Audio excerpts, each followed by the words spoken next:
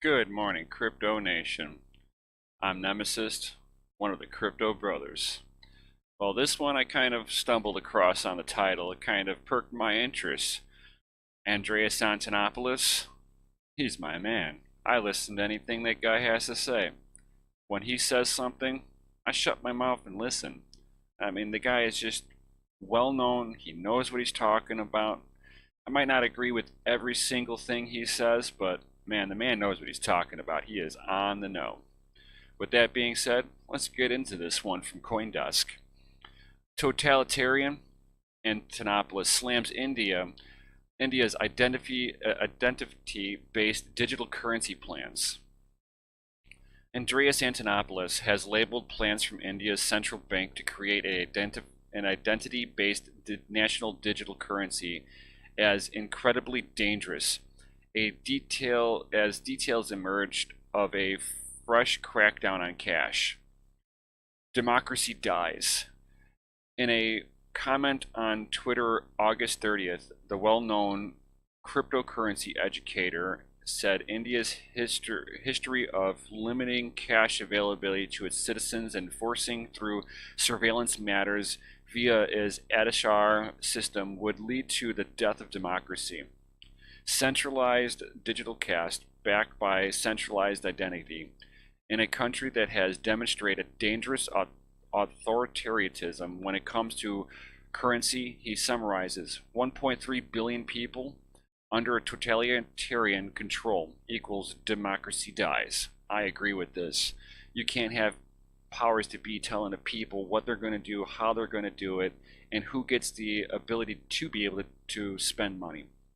This is incredibly dangerous. Centralized digital cash backed by centralized identity in a country that has demonstrated dangerous authoritarianism when it comes to currency. 1.3 billion people under totalitarian financial control, democracy dies.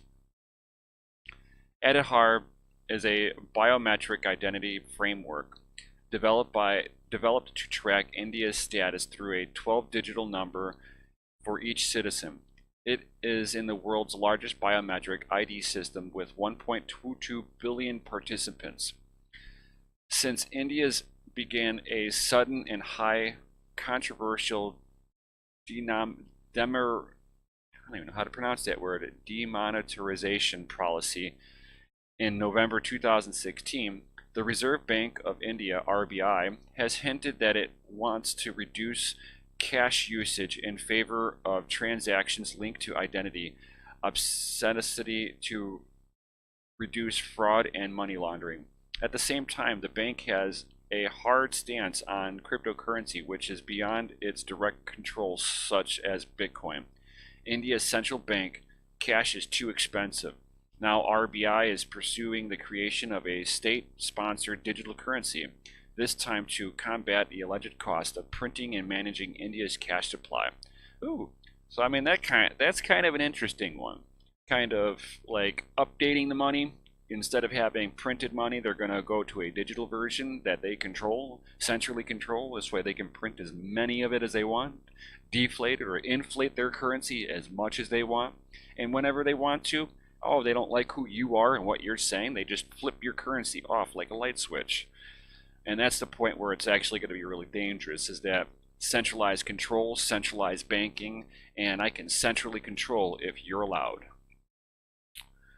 Rapid changes in the landscape of payments industry, amongst factors such as emergence of private digital tokens and the rising cost of managing fiat paper metallic money, have led to central banks around the world to explore the option of introducing fiat digital currency. Its annual report this week reads, in India, an interdepartmental group has been constituted by the Reserve Bank to study and provide guidance on the desirability and the feasibility to introduce a central bank digital currency.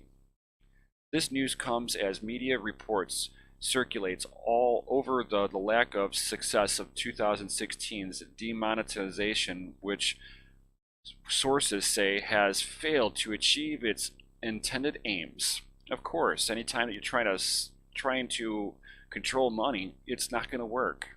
Money cannot be controlled. It is what it is. If you control the money, that means you also control the price of that money, which means that you have just as much volatility as they want to say that Bitcoin has. At the same time, the scheme caused hardship for ordinary Indians with Pelopinion Chim. Oh God, I can't even say those two words. A finance minister under its India Provisions government, claiming it had led to the loss of over 100 lives. So they killed people when they changed stuff over. We've actually heard this one before from Andreas Antonopoulos about whenever Greece did this. What do you think about India's plans for national digital currency? As they say right here, let us know in the comments down below. Smash that like button while you're down there too. Hit the like bell, the notification, all that good stuff. Definitely put some comments down there. I'll respond to them. I'll read that stuff. I'd like to know what you want. You know, I mean, is this the stuff that you like to hear about? Am I kind of just blabbling to myself? Or do you guys actually enjoy this content? Let me know. And that being said, you guys have a wonderful day.